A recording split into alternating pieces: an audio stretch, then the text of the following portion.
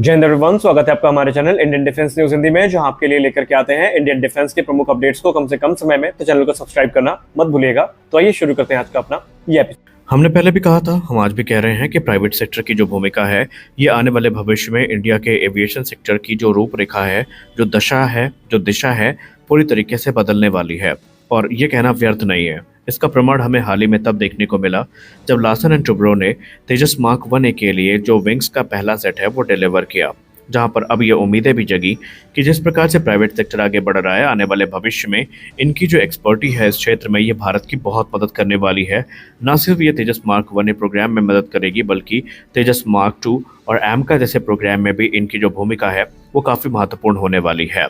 तो यहाँ पर लार्सन एंड टुब्रो ने यह साबित भी कर दिया है कि उनकी जो ग्रोथ है, उनका जो अभी आगे का सफ़र है एरोस्पेस ग्रेड कंपोजिट मैन्युफैक्चरिंग और प्रिसीजन इंजीनियरिंग में, वो कितना बेहतरीन है और इसके क्या परिणाम मिलेंगे।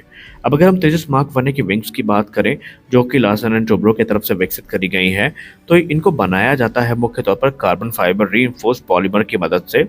ये एक मटेरियल होता है जो कि अपने high strength to weight ratio, fatigue resistance और ड्यूरेबिलिटी के लिए जाना जाता है। अब प्रत्येक विंग जो होता है, इसमें क्रिटिकल स्ट्रक्चरल कंपोनेंट्स होते हैं, जैसे कि विंग स्किन्स हो गई, स्पार्स हो गए, रिब्स हो गई, जिनको पूरी तरीके से कंपोजिट मटेरियल्स की सहायता से ही बनाया जाता है।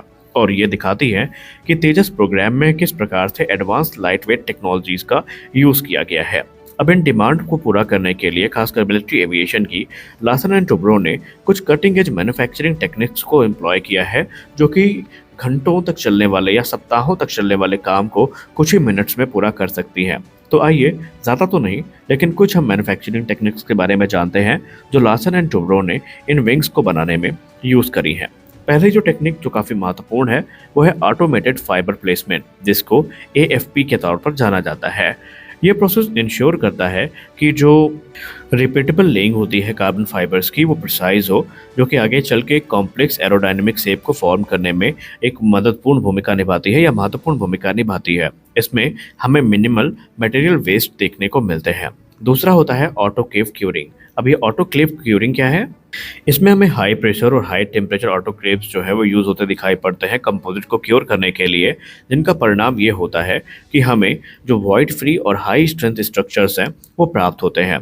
इसके अलावा लार्सन टुब्रो की तरफ से अल्ट्रासोनिक और नॉन डिस्ट्रक्टिव टेस्टिंग को भी यूज़ किया जाता है, जिसको हम NDT कहते हैं। इस मेथड में बेसिकली जो स्ट्रक्चर इंटीग्रिटी होती है उसको इंश्योर किया जाता है और ये डिटेक्ट किया जाता है कि क्या कोई फ्लॉ तो नहीं है जो हमें नेकेड आई से देखने को नहीं मिलते। और उसके बाद जब सारी चीज़ें हो जाती हैं और एरोस्पेस क्वालिटी स्टैंडर्ड्स पूरे हो जाते हैं, तो विंग्स को आगे के लिए बढ़ा दिया जाता है।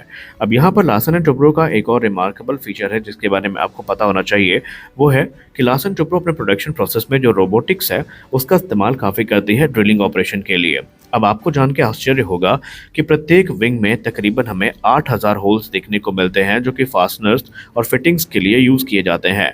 अब ट्रेडिशनली एक सिंगल होल को ड्रिल करने के लिए कंपोजिट मटेरियल में तकरीबन 35 मिनट लगते हैं, क्योंकि वहाँ पर डिलेमिनेशन और थर्मल डैमेज का जो रिस्क होता है वो काफ़ी ज़्यादा होता है। लेकिन लार्सन एंड टुब्रो ने जो रोबोटिक ड्रिलिंग सिस्टम यूज़ किया है वो 66% यानी 66% तक जो होल्स हैं उनको हैंडल कर सकता है, और इसके चलते जो ड्रिलिंग टाइम है पर होल का वो 35 मिनट से घट के सिर्फ 1 मिनट का हो जाता है।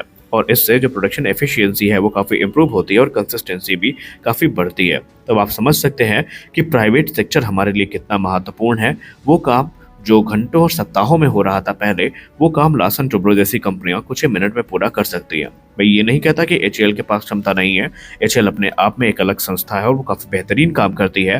लेकिन ज़रा सोच के देखिए, अगर पब्लिक और प्राइवेट सेक्टर साथ मिलकर प्रोजेक्ट को पूरा करने में आ जाए तो क्या कुछ नहीं हो सकता और कितनी रफ्तार से हो सकता है।